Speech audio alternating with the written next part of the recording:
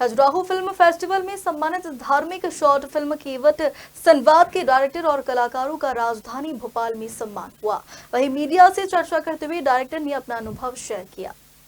Khajuraho film festival में करीब 100 फिल्मों का प्रदर्शन किया गया, लेकिन उसमें यह केवल एक धार्मिक शॉर्ट फिल्म थी जिसे खजुराहो फिल्म फेस्टिवल में काफी सराहना मिली। फिल्म के डायरेक्टर और साथी कलाकारों को प्रसिद्ध अभिनेता एवं महोत्सव में आयोजक राजा बुंदेला और अभिनेत्री सुष्मिता मुखर्जी ने सम्मानित किया। प्रसिद्ध लोकगीत गायक सीता शरण सूर्यवंशी द्वारा केवट संवाद को लेकर चौपाइयां प्रस्तुत की गई।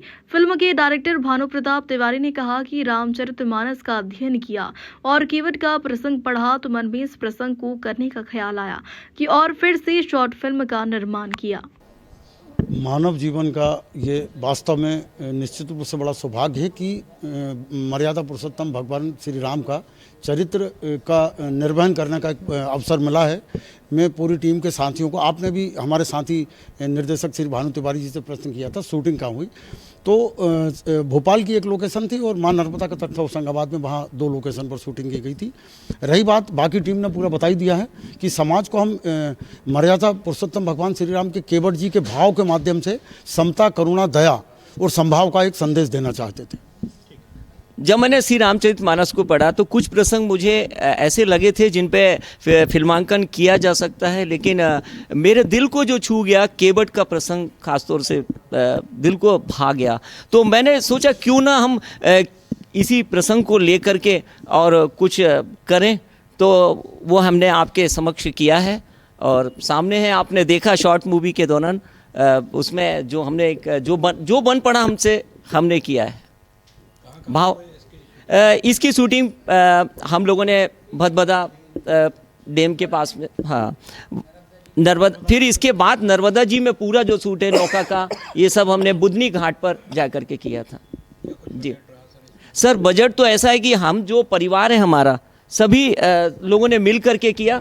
कोई शासन स्तर पे तो हमारे पास ऐसे कोई संसाधन नहीं थे कि बड़े स्तर पे हम कोई जाके रविंद्र भवन या कहीं पे भारत भवन, जो हमसे बन पड़ा हम लोगों ने सबने मिल कर के किया जो भी था। बाकी नरेंद्र साहू जी ने अपना कैमरा हमें दिया, उनके सहयोग से ये सब हुआ। और हमारे साथ में श्री राम की भूमिका कर रहे थे, उन्होंने भी अपना मूल्यवान समय हम लोगों के बीच में निकाला। और फिर सूर्यवंशी जी थे तो वह भी गायकी में हम लोगों के साथ हो पड़े। तो फिर इसके बाद में तबला है, वायलिन है, तो ये सब चल पड़ा। तो हम लोगों ने मिलजुल करके किया, लेकिन हमारे पास जो संसाधन, सीमित संसाधन थे, उससे हमने करने की कोशिश की है।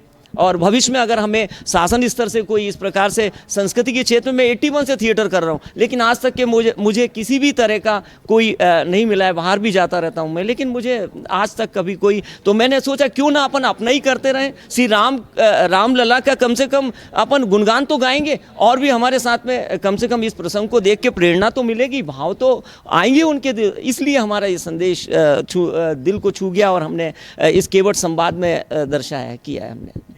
थैंक्स। सोनिया खुबचंदानी भोपाल से हूँ। मैं एक मॉडल हूँ, एक आर्टिस्ट हूँ और इसके अलावा मैं बैंक ऑडिट करती हूँ।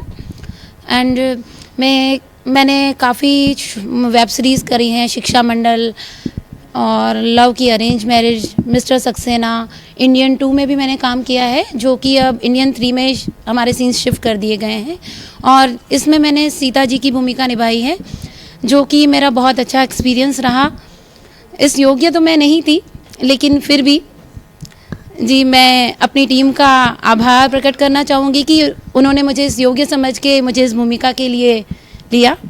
और हम अपने यूथ को ये मैसेज देना चाहते हैं कि वो पूरी मूवी तो, पूरा रामचरितमानस या रामायण तो नहीं देख सकते हैं, इसलिए हमने एक मैसेज दिया है कि हमारे प्रभु श्री राम क्या हैं, कि जिनके छूने मात्र से एक पत्थर भी सुंदर स्त्री बन जाता है। तो बताइए हमें अपने श्री राम का कितना गुणगान करना चाहिए। Thank you.